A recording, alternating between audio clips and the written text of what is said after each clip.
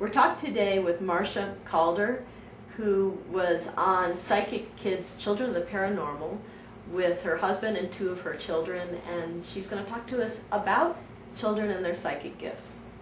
You and two of your kids were on the show Psychic Kids, A&E's special, yes. And I'm wondering what you were hoping to achieve by having them on the show. Well, we agreed to do the show because we had an opportunity to help another family. And we, as a family, felt called to assist them. They were going through a lot, and they didn't have the information that they needed to get through there. And so that's why we agreed to do it. And we met some lovely people through the experience. But we realized, too, that we were also doing something more. And that by being on television, it was a very big step for us, but it allowed us to help people on a wider scale. And that there's a lot of families that are going through this, and there really is no place to turn. There's no place to get help, to get information, and really there's nobody else to talk to, because there's always this little voice in your head that says, what if they think I'm weird? What if they think I'm crazy? Or what if they don't ever talk to me again? Or they go tell somebody else this big story about me. So you tend to keep it all to yourself, and that's not really helping. And we felt that by coming forward and saying, listen, we're dealing with this, and we're doing okay, and our kids are doing well in school, and they have lots of friends, and we're working well as a family, that that's really a possibility for other people as well. Exactly, because the fact is no matter what you do or what gifts you have, there's going to be someone who doesn't approve or has something negative to say about it. But if we live according to those limitations of what other people think, our lives get very small and limited, and we have to work with what we believe, what's in our hearts, and what's our truth, and the rest of the world just has to deal with that, I guess. Yeah, it's a matter of, we know who we are, and we're very solid with that information, and the people that understand, they understand, and those who don't, I can't help you, and I'm not interested in talking to you either. Right, each to their own, and blessings on all of them. Absolutely, and you know, you have your opinion, I have my opinion, and that's fine. Yeah, and it's good to just have that clarity. You're not here to convince anybody, no. But you're here to help those who are open.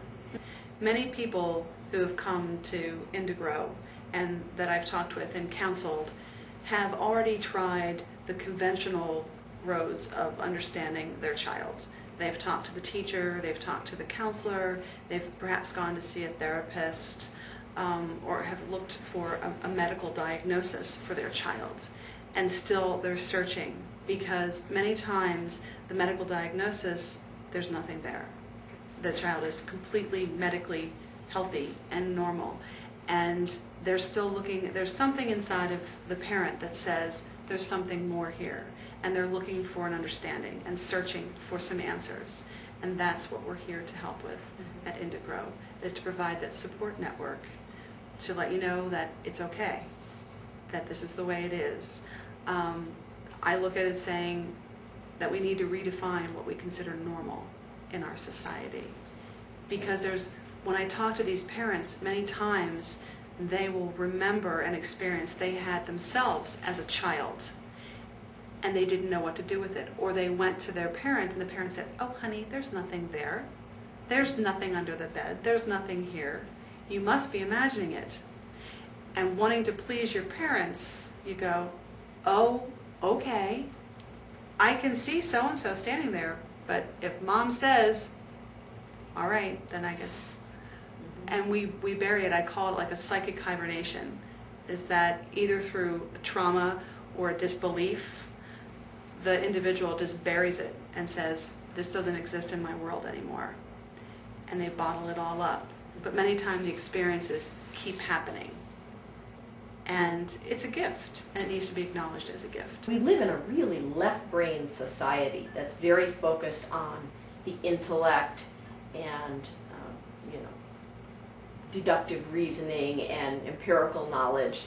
And then on the other hand, there's this intuitive way of looking at things, this right brain, relational way of being. And I think in an ideal world, it's not one or the other. How can we teach our children and also inform ourselves of how to have these two parts work together in harmony, because one can inform the other. So being able to approach even the phenomena that's occurring, that the information that would be coming out of the intuitive, but then being able to back it up against what we can figure out or we can know, so that there's a relationship between the two. It's not like we're saying, oh, everything has to be intuitive. No, that's not a way to live in the world. We need to balance the two. Absolutely, and I think that there's a way to have the best of both worlds. And oftentimes I see myself not so much as the parent or the teacher, but sometimes I'm more the student.